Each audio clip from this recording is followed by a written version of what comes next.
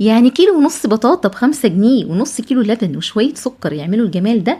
بجد يا جماعة يا بلاش، اللي عايز يفرح عياله هيفرحهم، مش محتاجين نجيب حاجات غالية ولا حاجات ب200,000 جنيه. اللي عليكم بس تسموا بالله وتصلوا على الرسول، وتعالوا ورايا ونشوف هنعمل ايه. كيلو ونص بطاطا معايا، غسلتهم قشرتهم قطعتهم مكعبات، نزلتهم في الحله اللي هسوي فيها. هنزل عليهم دلوقتي بنص كوبايه من السكر، وهنا السكر حسب الرغبه، تقدروا تقللوا او تزودوا عن كده مفيش مشكله. هنزل عليهم كمان بنص كوبايه من الميه، واحط المكون بقى اللي هيخلي ريحه البطاطا رائعه، هي معلقه القرفه الصغيره. هي اختياري، حابين تحطوها حطوها، مش حابين خلاص استغنوا عنها. هرفع الكلام ده على نار عاليه اول 5 دقايق، وبعدين ههدي النار. خلي الحله متغطيه، هتقعد حوالي من تلت ساعه لربع ساعه حسب الكميه اللي انت عاملاها، وهتستوي معايا وهتكون بالشكل ده. الغامق ده طبعا القرفه.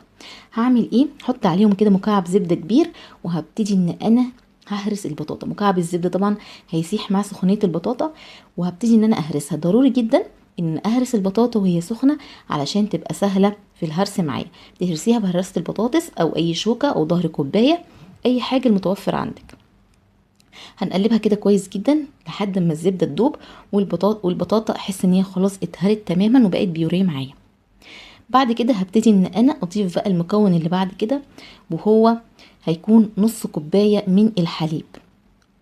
مش حابين تحطوا حليب وحاسين ان قوام البطاطا بتاعتكم حلوه، خلاص استغنوا عن النص كوبايه دي. البطاطا بتاعتكم تقيله زي بتاعتي كده، حطوا نص كوبايه من الحليب تخفف القوام بتاعها شويه. هقلب بقى بالشكل ده. ودي كده الجزء الاولاني خلص. جبت الصينيه بتاعتي دهنتها دهنه سمنه او زبده براحتكم، وابتدي ان انا اضيف فيها البطاطا. ودي الطبقه الاولى. بنزل البطاطا في الصينيه بتاعتي. طبعا انتوا ممكن تقللوا الصينيه عن كده او تكبروها عن كده حسب انتوا حابين تعملوا الكميه قد ايه.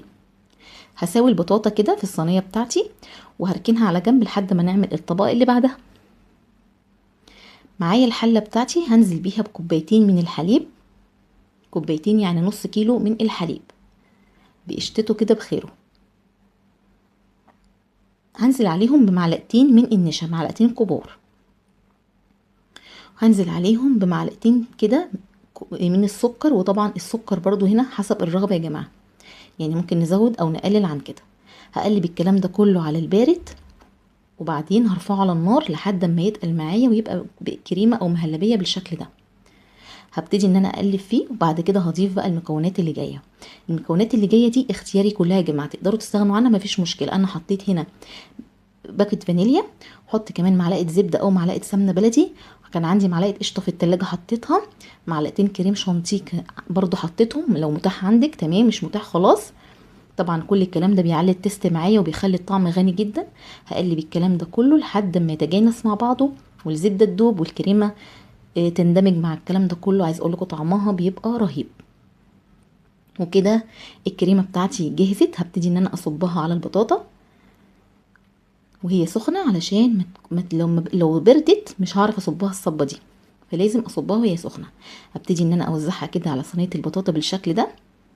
في الوقت ده طبعا انا بكون مشغله الفرن بتاعي على حراره فوق المتوسط بشويه او متوسطه، مفيش مشكله. كده كده البطاطا عندي مستويه، وكمان الكريمه عندي مستويه، مفيش حاجه مش مستويه.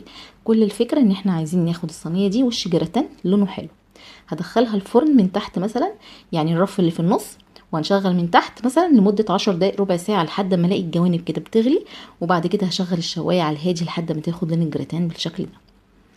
خدت حوالي يعني نص ساعة في الفرن، او اقل من نص ساعة عفوا، اقل من نص ساعة، يعني خدت ربع ساعة و5 دقايق بس على بال ما خدت الوش بتاعي. وبعد كده بسيبها طبعا تبرد. انتوا بتاكلوها زي ما بتاكلوها، في ناس بتحبها سخنة، في ناس بتحبها دافية، في ناس بتحبها باردة، زي ما انتوا حابين. انا عن نفسي بحبها دافية. بستنيش طبعا لما تبرد. قطعت كده قطعة بالشكل ده، شايفين شكلها حلو ازاي. بحطها كده في الطبق. انا حبيت ان انا ازينها بصوص الكراميل زي خطوط كده رايح جاي. عايزه اقول لكم بقى شكلها وطعمها وريحتها فوق فوق فوق الجمال بمراحل كمان.